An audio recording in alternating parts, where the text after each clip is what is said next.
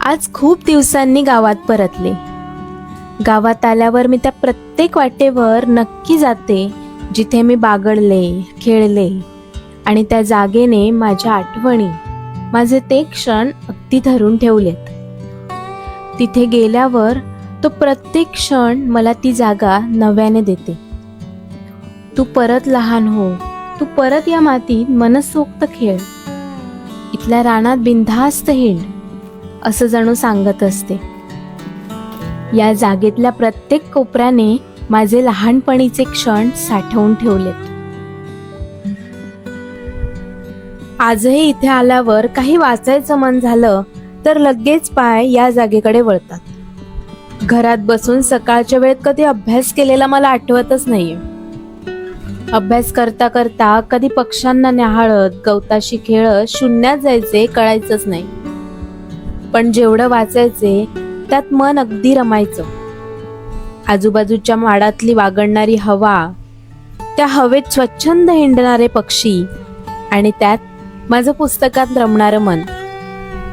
आजही तो क्षण पुन्हा जगावासा वाटतो. आजही पुस्तक वाचायचं म्हटलं की मन आपोआप एक झाड आणि त्या झाडाखालची सावली शोधतं.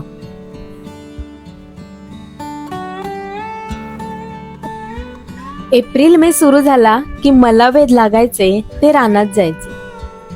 कधीतरी सोबत कोणीतरी असायचं, पण नसलं तरी मी एकटीच निघून जायचे.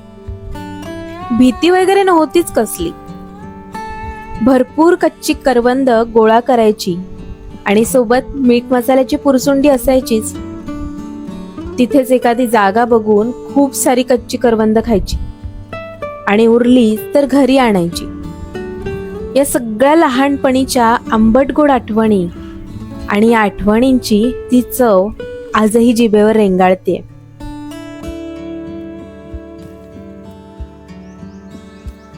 आताही मी जेव्हा कधी इकडे येते तेव्हा मला इथे आल्याचा मोह आवरत नाही. तर त्यामुळे आता ही करवंद लागली आहेत आणि कच्ची करवंद मी आता काढणार आहे.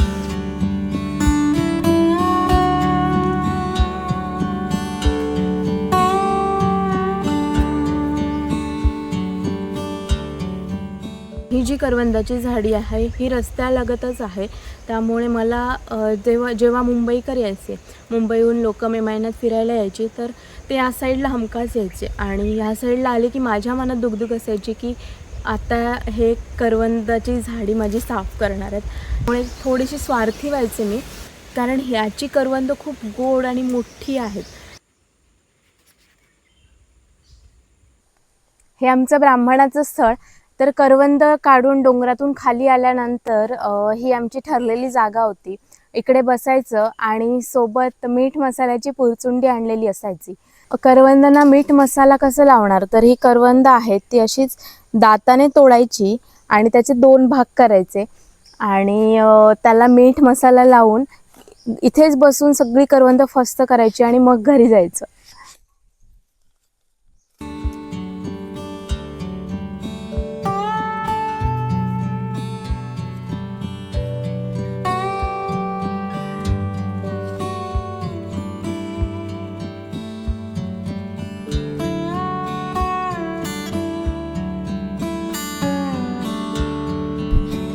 बनवता बनवताच तोंडाला पाणी सुटलेलं आहे.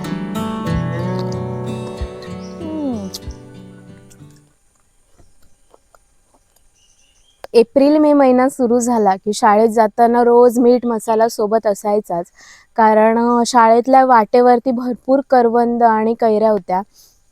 तर येता जाता करवंद कैऱ्या काढायची, मधल्या सुट्टीत खायची आणि शाळेतून येताना मीठ नसायचं, मीठ संपलेलं असायचं किंवा कधी कधी न्यायला विसरलेलं असायचं. मग कैऱ्या पाडायच्या लोकांच्या आणि एक घर होतं त्या तिकडून आम्हाला रोज मीठ मिळायचं. तर आम्ही त्यांच्याकडे जाऊन संध्याकाळी मीठ मागायचो आणि ते आम्हाला जाडं मीठ द्यायचे. मला आठवतं कैरी खात खात घरी पोचायचो.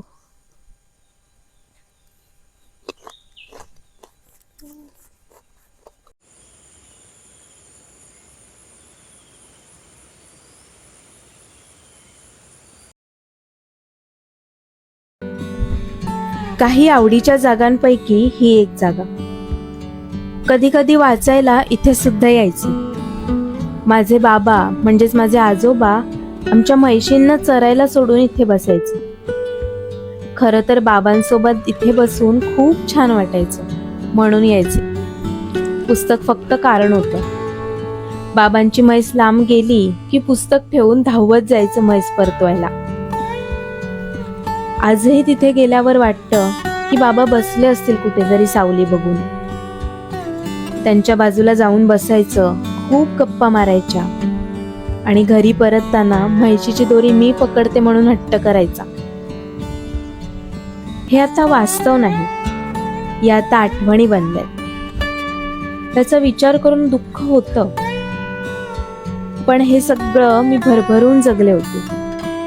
अगदी मनापासून या सगळ्यावर प्रेम केलं होतं. त्यामुळे या जरी आठवणी म्हणून सोबत असल्या तरी त्या मनाला खूप आनंद आणि समाधान देऊन जातात. तर गावातल्या प्रत्येक जागेला एक विशिष्ट नाव असतं. जसे या जागेचं नाव सराळा आहे. आणि मे महिन्याची सुट्टी पडली की सगळ्यांची नातवंड गावी आलेली असायची. संध्याकाळच्या वेळेत गुरं सोडायचे आजोबा, तर त्यांच्या मागून आम्ही इथे खेळायला यायचो.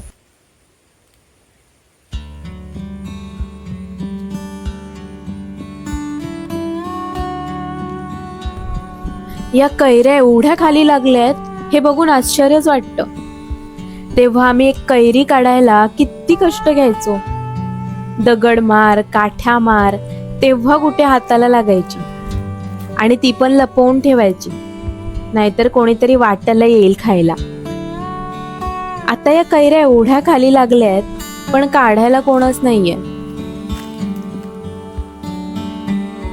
एक अख्खी कैरी टराटर चावून खायचो. रात्री जेवताना चांगले चंबट झालेले दात त्या कैरीची आठवण करून द्यायचे.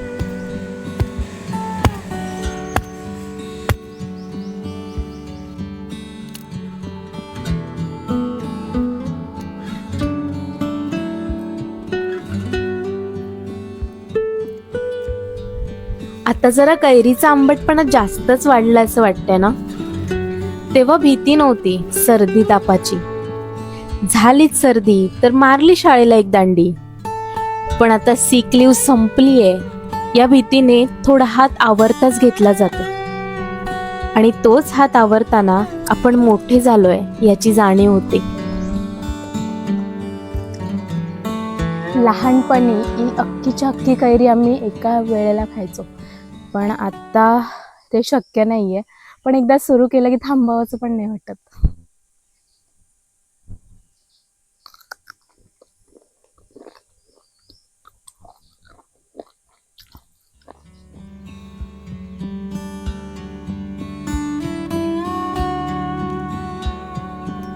आजही मी त्या जागेवरचा प्रत्येक क्षण जगते ज्या जागेत मी तो घालवला. मी त्या प्रत्येक झाडापाशी थांबते ज्याने माझं लहानपण बघितलंय. मी त्या प्रत्येक गोष्टीचा सुगंध अनुभवते जो माझ्या मनात आजही दरवळतोय.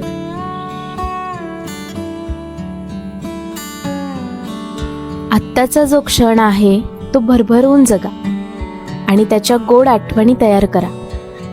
कारण त्याच गोड आठवणी परत कधीतरी तुम्हाला सुख, समाधान आणि तुमच्या ओठांवर हसू आणतील. आज परत एकदा थोडंसं लहान व्हा. समाजाकडे बघून मॅच्युअर असल्याचा आव आज थोडा बाजूला ठेवा.